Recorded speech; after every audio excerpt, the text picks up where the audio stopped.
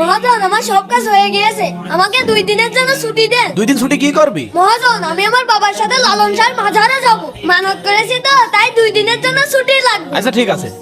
এই শোন, আমি তোর এই 500 টাকা দিচ্ছি, 500 টাকা তুই লালনের মাজারে দান করে দিবি, যদি আমার এই হাতটা ভালো হয়ে যায়। ঠিক আছে মহাজন। আচ্ছা যা। আরে আমার হাত ভালো হয়ে গেছে। আরে আপনি কি? তুমি আল্লাহর রাস্তায় 200 টাকা দান করেছো, এজন্য তোমার হাত ভালো হয়ে গিয়েছে। আল্লাহ আচ্ছা, চাকরের রাস্তাকে 500 টাকা দান করতে বললাম, 200 টাকা দান করে 300 টাকা মারিয়ে দিয়েছে। আসো।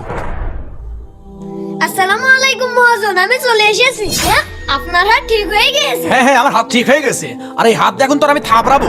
এই তোর আমি 500 টাকা দান করতে কইছি লালন শাহর মাজারে, আর তুই 300 টাকা মারিয়ে দিছিস। না মহাজন, আমি 500 টাকাই দান করেছি। তাই নাকি? কিন্তু রাত্রে স্বপ্নে ফেরেশতা এসে বললো 200 টাকা দান করেছিস, এই জন্য আমার হাত ভালো হয়েছে। আর 300 টাকা কি করেছিস? তাহলে শুনেন মহাজন, আমি 200 টাকা রাস্তার অসহায় মানুষকে সাহায্য করেছি, আর 300 টাকা যে লালন শাহর মাজারে দিয়েছি, ওর 1 টাকাও কোনো কাজে লাগেনি। তাহলে বুঝলেন যে এই টাকা আমি অসহায়কে দান করেছি, ওই টাকাটাই আপনার কাজে লেগেছে।